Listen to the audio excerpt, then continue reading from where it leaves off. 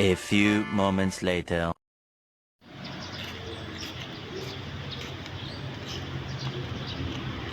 Bismillahirrahmanirrahim. Assalamualaikum warahmatullahi wabarakatuh. Alhamdulillahirabbil alamin wa bihi nasta'in wa ala umuri dunya waddin. Wassalatu wassalamu ala asyrofil anbiya'i wal mursalin sayyidina wa maulana Muhammad wa ala alihi wa ashabihi wasallam. Amma ba'du. Pertama-tama marilah kita panjatkan puja dan puji syukur kita kehadirat Allah Subhanahu wa taala yang telah memberikan kita beribu-ribu macam nikmat sehingga kita masih bisa berkumpul hingga saat ini. Kedua kalinya, tak lupa kita haturkan salawat dan salam atas junjungan alam Nabi besar kita Nabi Muhammad Sallallahu Alaihi Wasallam yang telah membimbing umatnya dari alam kesucian ke alam kesucian dan selamat dan melalui rahmat. Baiklah, pada video kali ini saya akan menjelaskan tentang sejarah berdirinya dari Pondok Pesantren Al-Islahuddin dari tahun pertama berdiri hingga sampai sekarang. Sebelumnya, perkenalkan, nama saya Mes Maskuri dengan NIM 401011060 dari kelas 2B.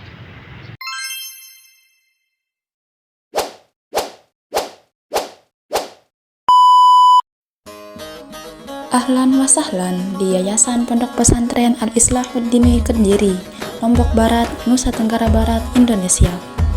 Pada tahun 1361 Hijriah atau bertepatan dengan tahun 1941 Masehi, atas dukungan keluarga dan masyarakat, Al-Maghfirah Tuan Guru Haji Ibrahim Al-Khalidi memulai kiprahnya dengan membangun sebuah madrasah kecil yang sangat sederhana.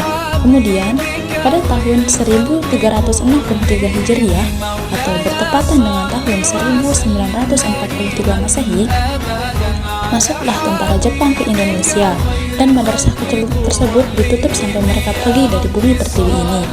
Kemudian, pada tahun 1366 Hijriah atau bertepatan dengan tahun 1946 Masehi, Al-Maghfirah Tuan Guru Haji Ibrahim Al-Khalidi bersama kakaknya Al-Maghfirah Tuan Guru Haji Mustafa Al-Khalidi kembali mendirikan Madrasah Al-Islahuddin yang hingga saat ini masih kita kenal dengan Yayasan Pendidikan Pondok Pesantren Al-Islahuddin Kediri, Lombok Barat, Nusa Tenggara Barat.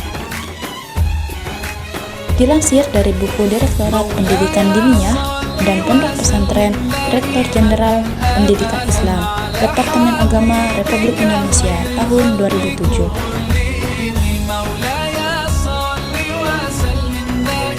Dari tahun awal berdiri sampai sekarang ini, Pondok Pesantren Al-Islahuddin sudah mencetak 200.000 alumni yang tersebar di seluruh Indonesia. Dan tidak sedikit pula alumni dari pondok pesantren ini yang menjadi orang-orang terkemuka di masyarakat. Contohnya yaitu Bapak mantan Bupati Lombok Barat yaitu Bapak Fauzan Khalid beserta istrinya. Kemudian ada anggota-anggota DPR seperti Bapak Sulhan ST dan kawan-kawan. Kemudian para tuan guru tentunya yang tersebar di seluruh Lombok ini khususnya, dan tidak sedikit pula yang menjadi dosen di UIN Mataram ini dan kampus-kampus lainnya.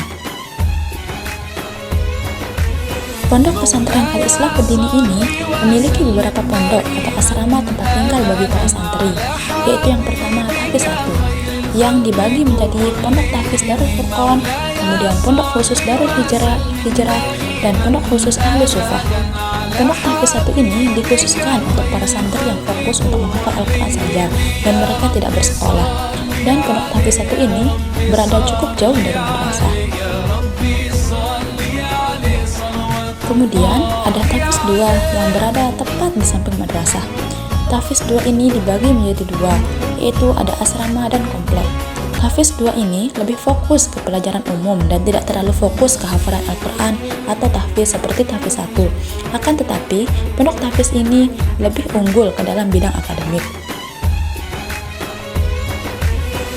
Selanjutnya, ada asrama putri yang terletak pas di perempatan Kediri di depan Masjid Jami Baitur Rahman Kediri, Lombok Barat. Kemudian, selain asrama putri, Pondok Pesantren Al-Islahuddin juga mempunyai pondok putri lainnya, seperti Pondok Putri Az-Zahra yang terletak di dekat Kokok Babak Kediri. Perbedaan antara Pondok Putri Az-Zahra dengan asrama putri adalah Pondok Az-Zahra ini lebih fokus ke tahfiz dan hafalan Quran, sedangkan asrama putri lebih fokus ke akademisi, dan ada pula pondok putri lainnya, yaitu Pondok Putri dan Putra Hamim Salim yang fokus pada hafalan hadis dan mengkaji kitab-kitab hadis dan kitab-kitab lainnya, dan tidak fokus ke hafalan Al-Quran. Selain lembaga pondok dan asrama, Pondok Pesantren Al-Islahuddin juga mempunyai beberapa lembaga pendidikan akademik dari TK sampai kampus, yaitu dari TK Al-Kausar, kemudian ada Madrasah Ibtidaiyah, terus MTS Putra dan Putri, ada MA Putra dan Putri, dan kemudian Al-Islahuddin juga mempunyai kampus agama dan kampus akademik, yaitu ada Ma'had Ali Tahasus Al-Islahuddin dan Sekolah Tinggi Ilmu Dakwah Mustafa Ibrahim Al-Khalidi. Dan di Sekolah Tinggi Ilmu Dakwah ini mempunyai 2 jurusan yang bisa diambil, yaitu ada KPI dan BPI. Sekian.